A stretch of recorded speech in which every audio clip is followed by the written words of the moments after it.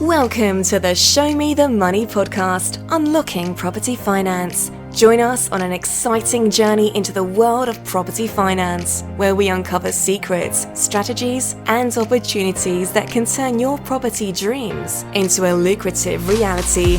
Welcome to Show Me the Money, Unlocking Property Finance.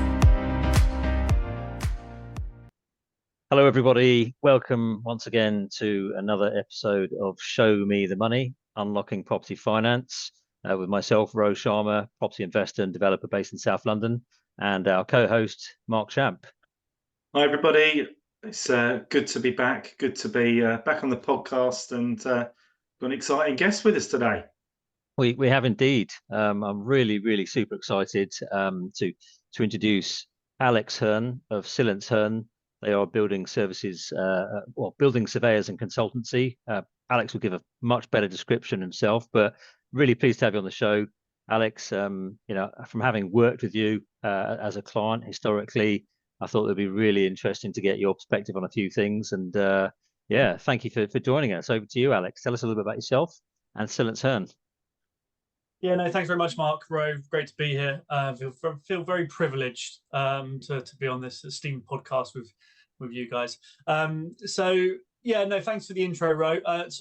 Alex Hurn, founder and managing director of Sillence Hurn Building Consultancy. We are a full multidisciplinary surveying business, essentially. So we specialise in building surveying, project management, and quantity surveying. And our business is split across three core teams. So we have our residential surveying team, who do everything acquisition support, valuation work. We have our project management and quantity surveying team, who do all project services, delivery, project management, and monitoring surveying. And then we also have our building surveying team, who do your traditional building surveying services, so party wall, acquisition support, asset management, maintenance planning, insurance valuations, and the list goes on. So we like to pride ourselves on the multi-dis approach. We have real core specialisms in our teams, and it kind of gives us a good view on the full property life cycle and how we can help clients from all the way through from acquisition, development, construction, through to disposal at the end. Fantastic. Tell us a little bit about your background then. How did you sort of arrive at Sillence Hurn in terms of incepting and kind of getting that off the ground? Tell us a little bit about your background and I guess where you're from, that kind of thing. Yeah, so like most people that are in property, I find is that there's a family link. So my father, my granddad, my uncle are all builders, all self-employed tradesmen.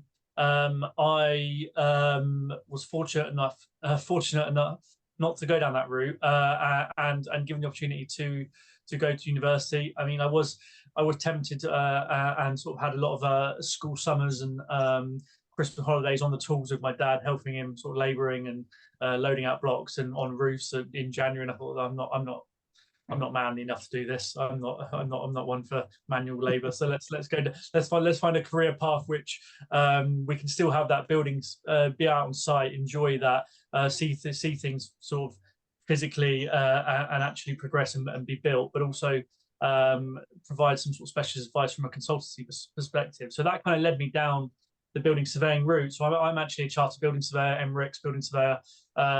So I went to Bristol UE, West of England, did a building surveying degree.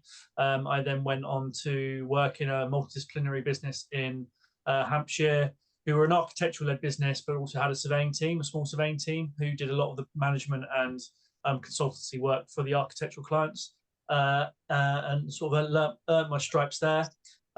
I historically actually did a lot of commercial and industrial work, and kind of fallen into residential work a bit later in my career, kind of done it the other way. So that's kind of how I learned my stripes, if you like. And then back in 2019, thought let's give this a go on our own, and set up Sillence Hurn.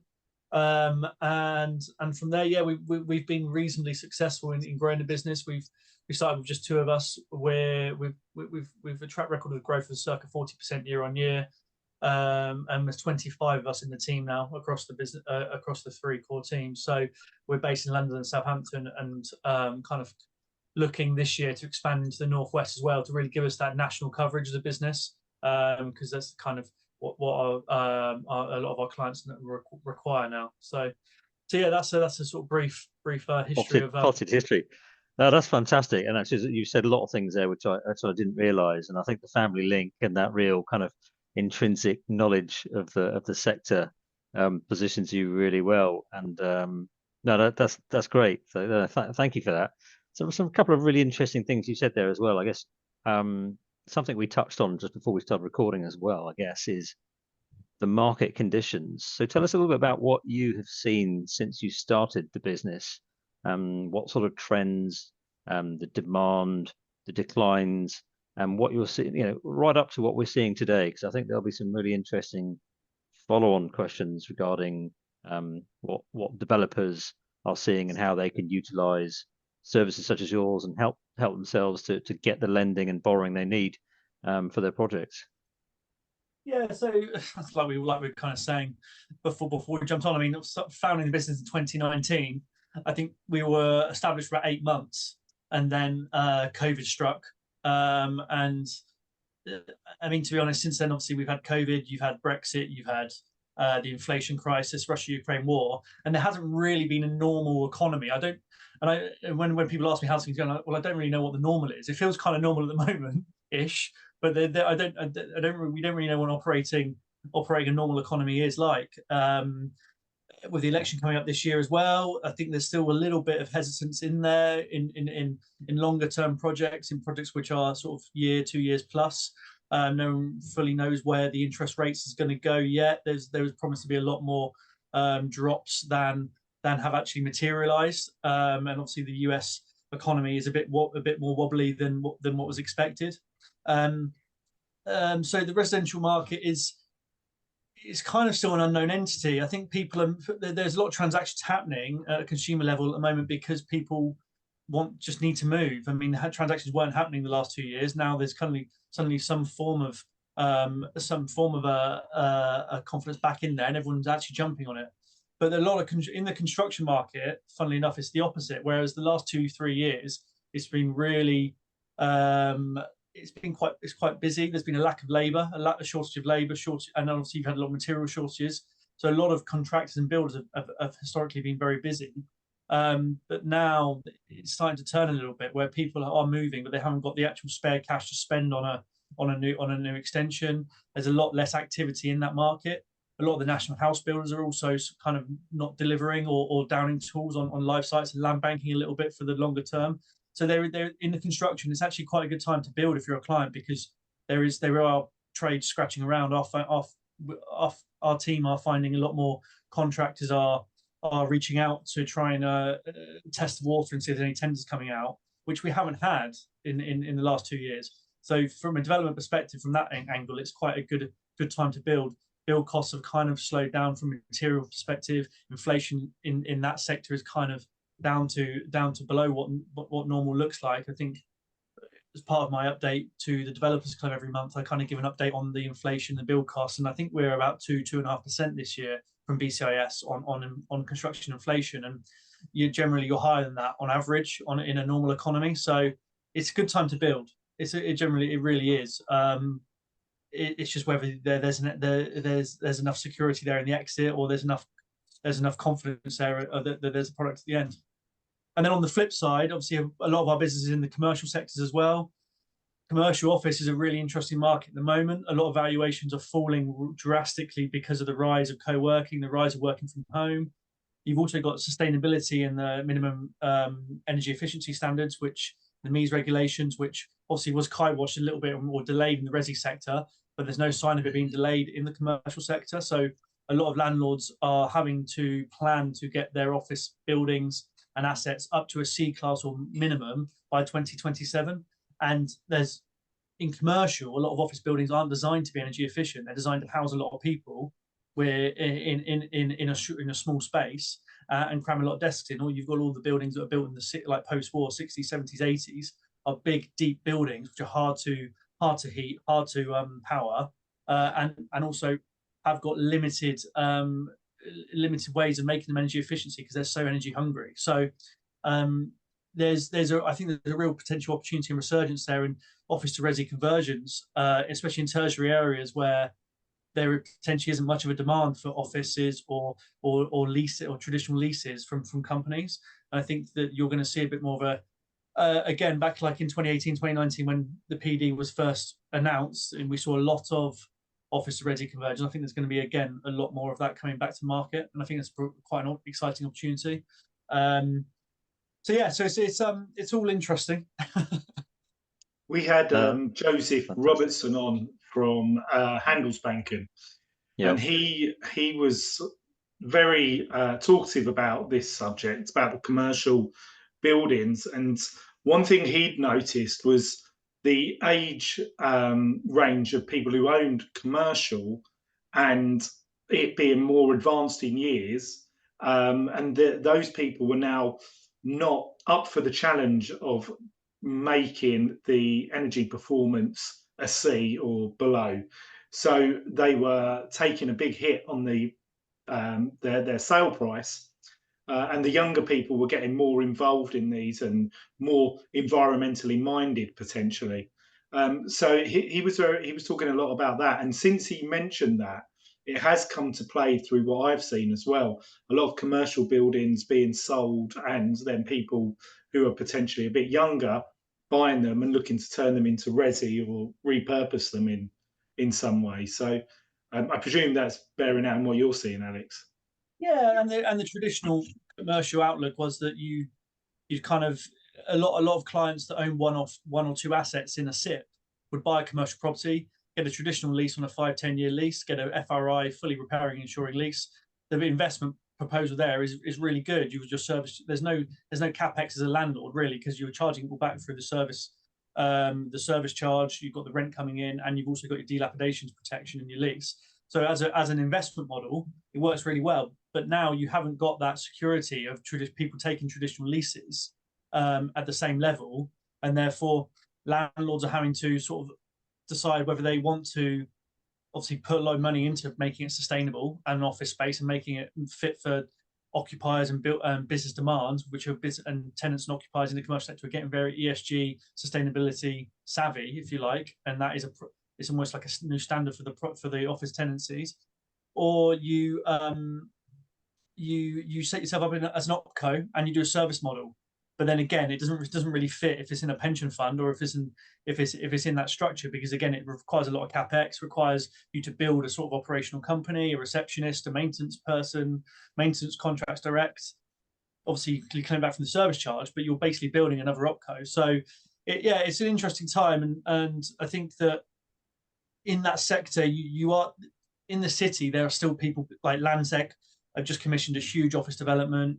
British Land are still building like big office schemes, but they're building stuff which is going to be fit for purpose in 10-15 years time. The older stock is really not going to be fit for purpose. It's almost like either a knockdown rebuild or it's a conversion if it works. So yeah, I think it's you're going to see some lumpy conversions. I think you're almost gearing towards a bit of a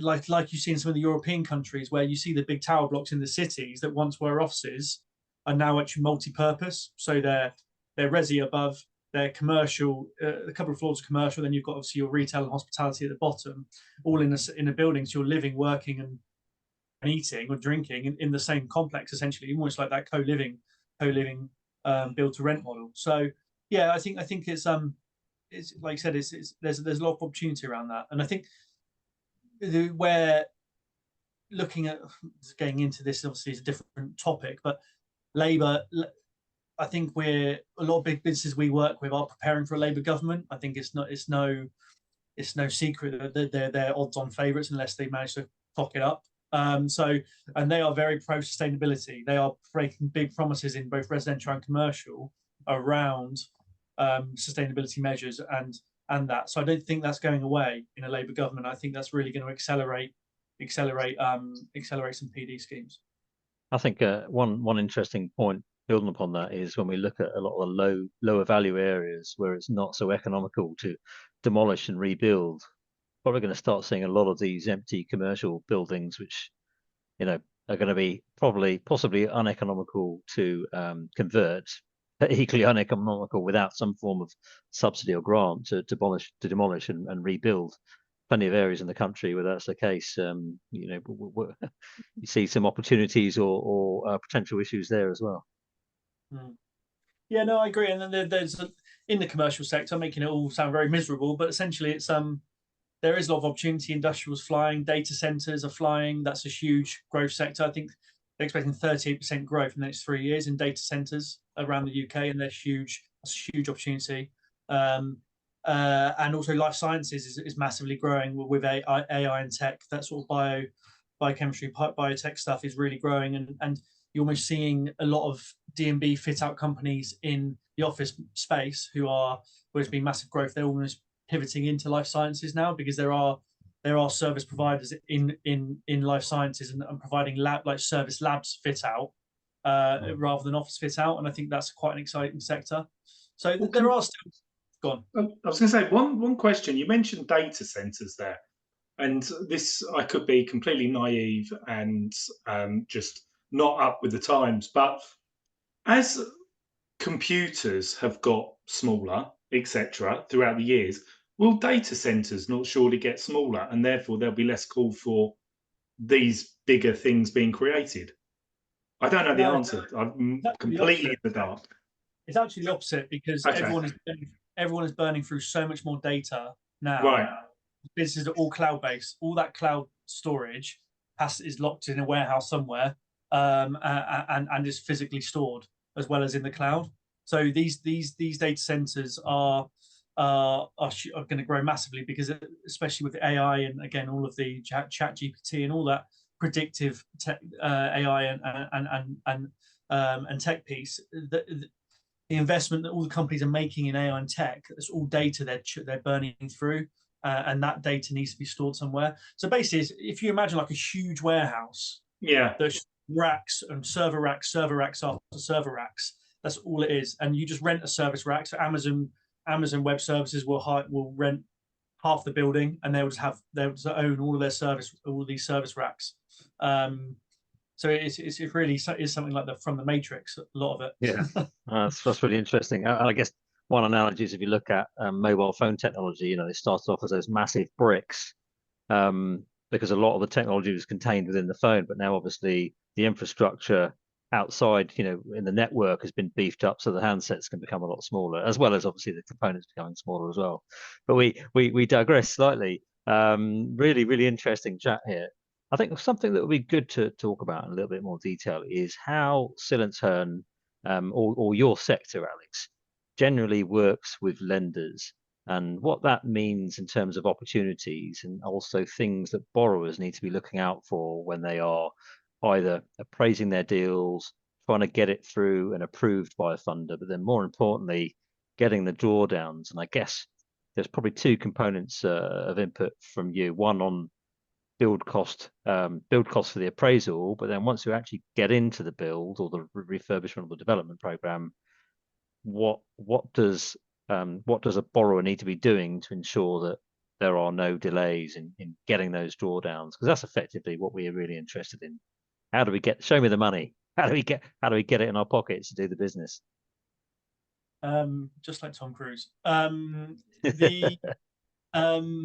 So a couple of things there. So obviously, as part of our business, one of our core service lines is bank monitoring surveying for lenders. We sit on about 8 or 9 panels, including we do some work with Handelsbank at the moment, which is actually in life sciences. But so essentially, we are that person, the bank's QS that comes out, appraises the deal under the initial report, and then obviously would do the drawdown sign-offs during the build. But we also do a lot of client-led schemes as well. So we're actually acting directly for the developer client, acting as their managing PMQS contract administrator, and liaising with the bank's QS and making sure they get money. So we're both the devil and the angel, if you like, depending on how you look at it. I think the three key tips when setting up a deal or appraising a deal would be: one, make sure you've got a team behind you. I mean, we work with a couple of our developer clients that are scaling quite quickly. That if you have a RSS charter practice, or you have a professional team, and I imagine Mark can Mark can agree with this. If you have a professional team there that has a CV that you can lean on to put in front of the bank, the bank's going to, and the monitoring surveyor is going to feel much more comfortable that they've got a professional team behind them to deliver the scheme. I never understand, and again, I'm very biased because of what the role we do. I never understand developers trying to penny pinch or not engaging a professional team that are used to delivering these schemes day in, day out for 20, 30 grand, whatever it's going to cost, to try and penny pinch that, when that they should add so much value, that consultant, for managing the scheme, making sure you're getting your money quickly, making sure all the information is handed to the monitoring surveyor of the bank and effectively, and you look professional. I think that's such a key thing. Get your professional team in order. Lean on them, lean on their experience. Put their CV in front of your bank. Get your bank comfortable with you and your team. So I think that's one key tip there. That's starting out presenting a deal. Key tip 2 would be probably to make sure that you've got a detailed price breakdown and you've got all of the detail in there. If you've when banks are appraised or the monitoring surveyors are looking at deals at the outset, they're basically looking at 1, the build cost is going to work, and 2, what's the risk profile, and 3, what's the experience. So we've ticked off the experience. The risk profile is going to be based upon if it's a conversion. We know that the risks of the build are going to be in is it going to remain occupied building? Is it partial possession? The saleability potentially, the unit density, and then you've got the compliance issues of it, like fire safety, acoustic design. Have those boxes been ticked? So it's making sure you've kind of ring fenced those risks and you've got answers for those risks, and you've thought about that, and you've allocated costs and design liability for those items. And on the build cost side of things, is making sure that you've got an adequately broken down market tested build cost.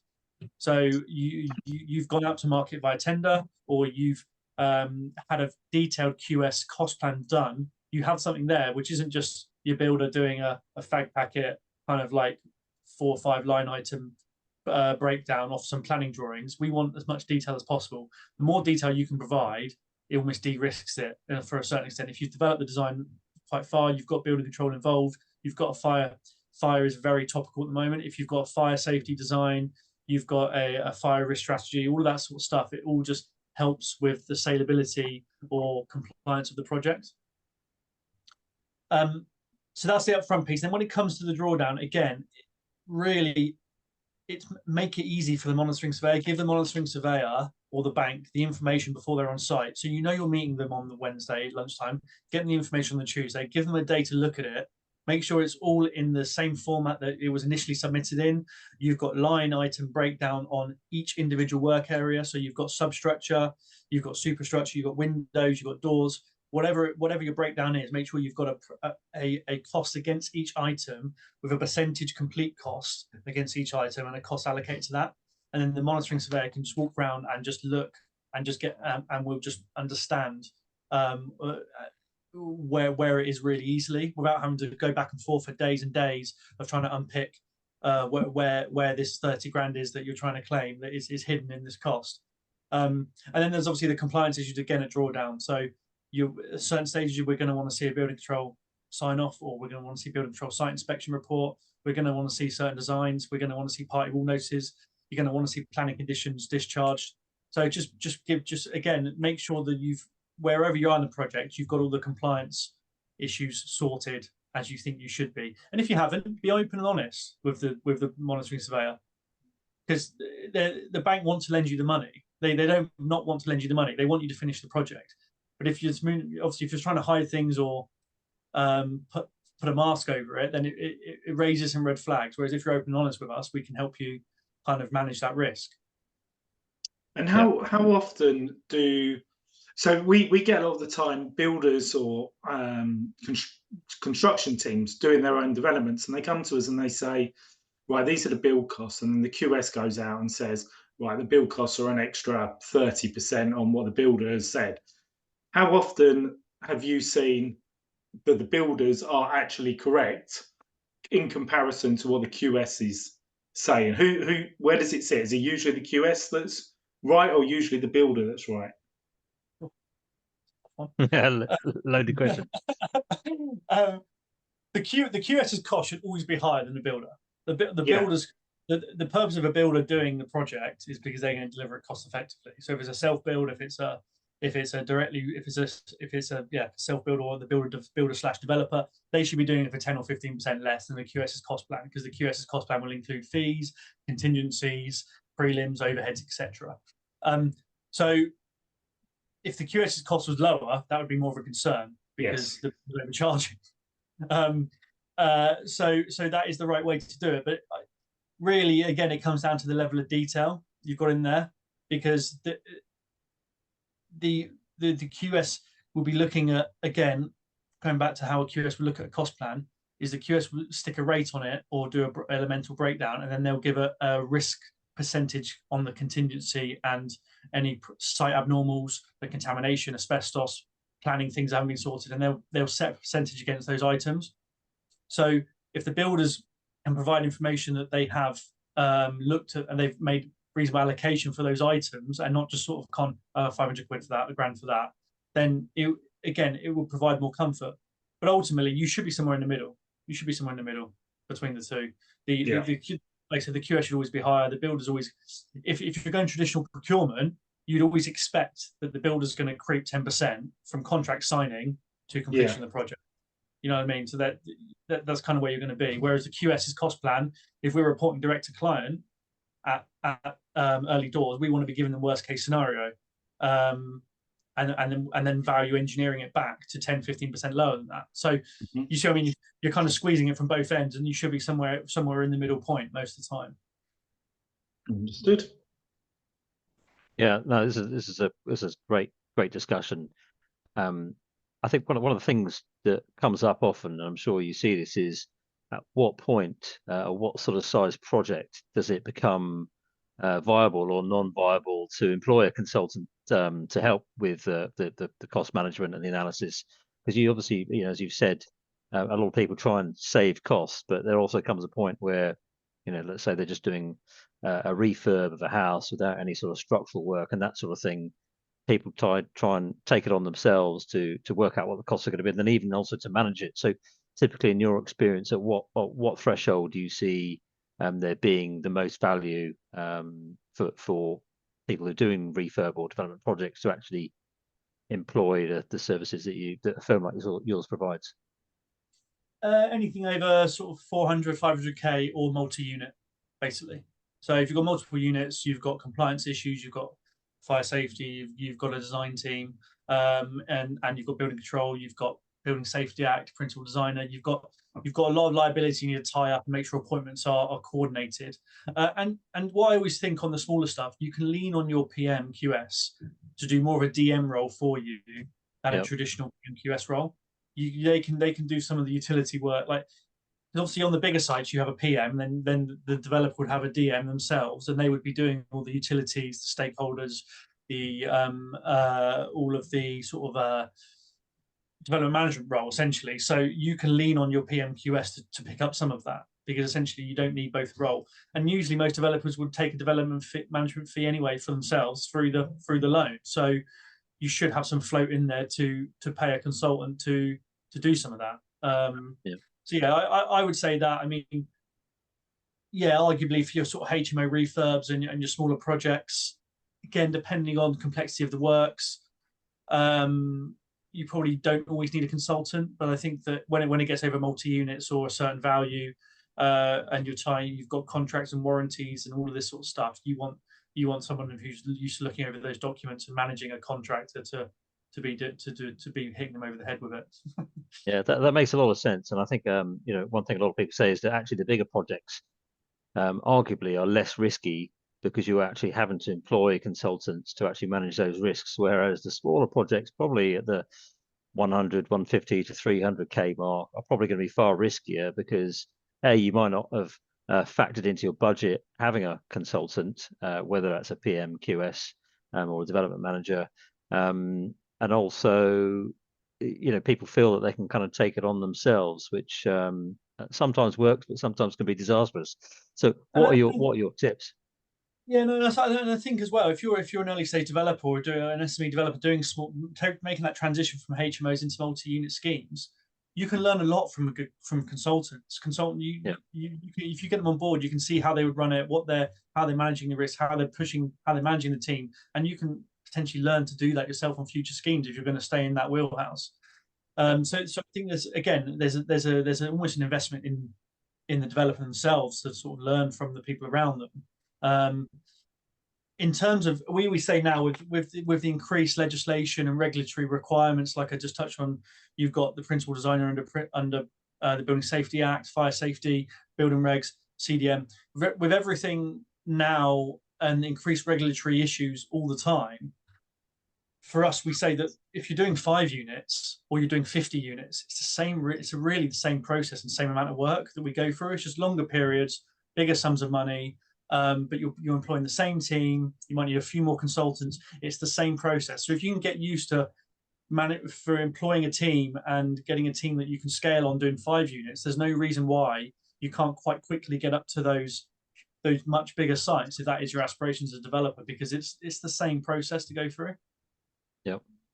No, that makes complete sense.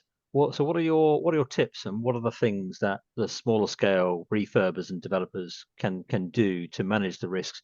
What's the most basic level of consultancy that they could, consultancy service that they could procure just to help them, albeit not to the sort of the scale that you would have for a 500k plus multi-unit development? Yeah, so a contract administrator, so not a PMQS, so someone who's in there managing it weekly, daily, someone who is just monthly coming to site, managing the relationship with the bank's monitoring surveyor, giving them some comfort that there's professional eyes on the drawdown before they get it on their desk, and also just signing off the valuations for the contractor, making sure you're compliant under the build contract. So that is essentially a monthly visit with probably a day's work interim around the month. And then also I always see SME developers slipping up at the end. So at snagging and handover, just making sure again that you have someone there professionally who's used to snagging works all the time, is used to picking up on defects and putting together the O&M and handover file, looking at service certification, looking at building control sign off, making sure everything is fully compliant, basically. Yeah, and even with my own personal, yeah. I was going to say, sorry, I was just going to say, even from my own personal experience, that was actually a capacity that I did actually have Sillence Hurn working with me on a project previously, so full disclosure, and that proved very helpful. I think it's always good to have that second pair of eyes to actually go through everything to make sure you haven't missed anything. But I think you make a really important point there about the end of the project, because typically that's when people are running out of money as well. So they have less incentive to want to pay for these things. But ultimately, that's the most important part of the project lifecycle, the completion and the finished product, because that's what everyone sees, and where things can go wrong. Yeah, and it's easy. I mean, it's not a contractor bashing session here, but I mean, it's easy for a contractor or builder to take their foot off the pedal as well towards the end, because they haven't got much commercial risk or money tied up in the project. They were on to the next one already. Their mindset's on the gearing up for their next project. So coming back to yours to fix some wiring or repaint that bit of skirting board, it's going to be hard. So if you do that all really efficiently and effectively, almost before you've released them all the cash, you're going to be in a much better position to actually get your units fully completed and market ready. On that point, what are your tips on retentions as well? Because quite often, you'd think that you can protect yourself by having a marginal retention at the end, where actually the contractor's probably taken all his profit and it's actually not really that incentivized to come back for that 5% or whatever it is. So, what are your tips on managing that risk at the end of a project? Yeah, so the standard JCT traditional procurement retention is 5% throughout the contract, then you release 2.5 at practical completion. So you've got 2.5 for 12 months usually most of the time. Like you say, there's not much incentive there. What you can do though, obviously, is that so you're usually going to release 2.5 at practical completion, which you're going to then back to back with a drawdown anyway and a final payment. So like I said, you probably want to wrap up and try and get them to do as much of the snagging works as part of that last payment before you release it. and you can be quite aggressive with that, because that's essentially, like you say, once you release that 2.5 at PC, you're in a bit of a trickier position. But there are loads of things to lean on there. Practical completion as a technical definition is if the building is not practically complete or safe for occupation. So if you haven't got service certification, if you haven't got all your sign-offs, if you haven't got I don't know, if there's a loose wire or something which is a health and safety issue, there are loads of things you can lean on contractually not to issue PC and motivate the contractor. So obviously they're always going to be pressuring you to issue it because they want their cash, but ultimately you need to be pretty confident and happy that it literally is practically complete. Yeah, tons of value here. Clearly very beneficial to engage the services of the consultancy to ensure you're not exposed to these risks throughout getting the drawdowns and actually making sure the job is finished to the right standard. Really interesting. How much? Just one more question for you. What would you say the split is of your work between representing lenders and representing a client as in the services that you provide? Yeah, so lender work, we're probably, as a business as a whole, is probably only about 20-25% of revenue. Like I said, we're on the panel for about 7 or 8 lenders now, and those I think with the deals range, we've probably got about between 20 and 30 live loans on that we're monitoring at any one time. In terms of project work, we deal with, or the rest of our business is direct to client, although half of that probably is surveying work, not project work. But essentially, it's in the project work, it's probably 50-50 split between lender and client. But we are, to be honest, most of our client work nowadays is on larger projects. So what sort of level? What sort of brackets are we talking? GDVs and builds? Yeah, sort of like £3-4 million upwards. We still do sort of some domestic work and some single unit stuff, but we really like to position ourselves in those sort of like 20 units and upwards. Kind of is where we're moving. But it's all sector dependent and geographically dependent, really. It's we're heavily linked with the Developers Club, which I imagine you guys are aware of. That we assist all of their members, well, a portion of their members with their developments, and they range in size as well and complexity. But yeah, it's probably a good mix, but probably more project work than monitoring work. Brilliant. Fascinating. Yeah, this has been a really insightful episode. What do you reckon, Mark?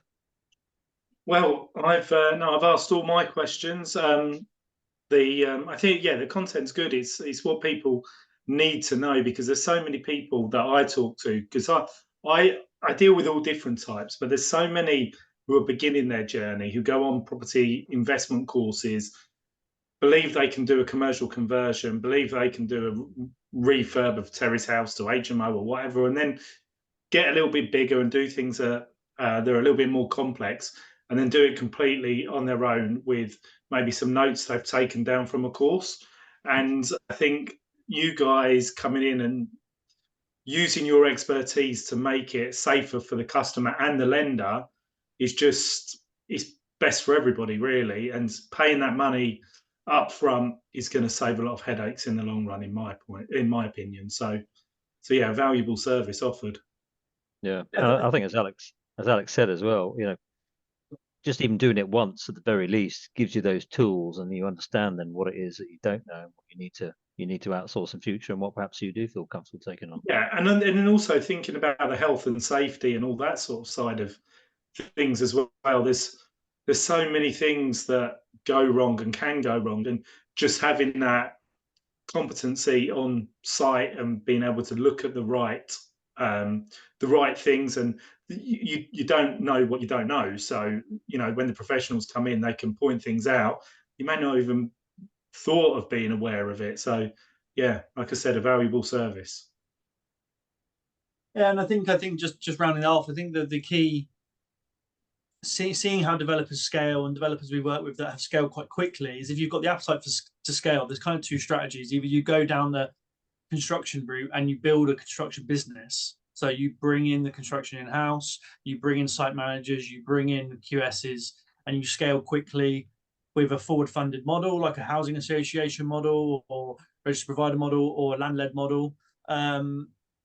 Or you go down the route, you're a developer because you want to do deals, you want to find the land, you want to structure the finance, and that's all you want to do. You don't want to get your hands dirty in the construction side. You outsource that as an area of your business that you're relying on professionals and a team that you can scale with and do multiple sites with. So obviously that's the key thing, is when you're going past one site at a time, to get to multiple sites, you need to be able to lean on a team around you. And I think that building those relationships early doors with consultants that and builders and contractors that can help you do that is really critical. Amazing. Oh, a fantastic way to wrap up. No, I think this has been a brilliant episode. Alex, thank you so much. How can our listeners get in touch with you? We'll leave you details in the show notes, but how would you like them to reach out to you? Yeah, I'm on LinkedIn or Instagram, Alex J. Hurn on Instagram, or Alex Hurn on LinkedIn. So feel free to drop me a message. Amazing. Thank you so much. This has been really, really insightful. Been a fantastic guest. So much information you've shared here, which is going to help people in their journeys. We would say that anybody else who's out there that's listening has got any questions, comments, please do send myself and Mark a message. Obviously, our details will be in the show notes as well. Please do like, share, and comment on whatever platform you're listening to or watching this interview or podcast on. And look out for loads more interesting, exciting episodes to follow. So that's it for me. Mark, any final words from yourself? No, I think you've summed it up very well there, Ro. Thank you for that. And on to the next podcast, another guest and some more insightful commentary as well. Amazing. And Alex, thanks once again. And we look forward to meeting up for a beer of some or a beverage of some sort when you're next in town. Sounds good, guys. Thanks for having me. Good. Thanks, Amazing. Alex. Thanks so much. That concludes another episode of Show Me the Money podcast, Unlocking Property Finance.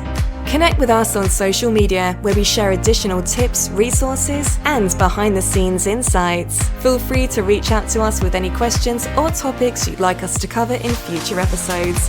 Until next time, keep exploring, keep learning, and keep making those smart investment moves. This has been Show Me the Money, Unlocking Property Finance.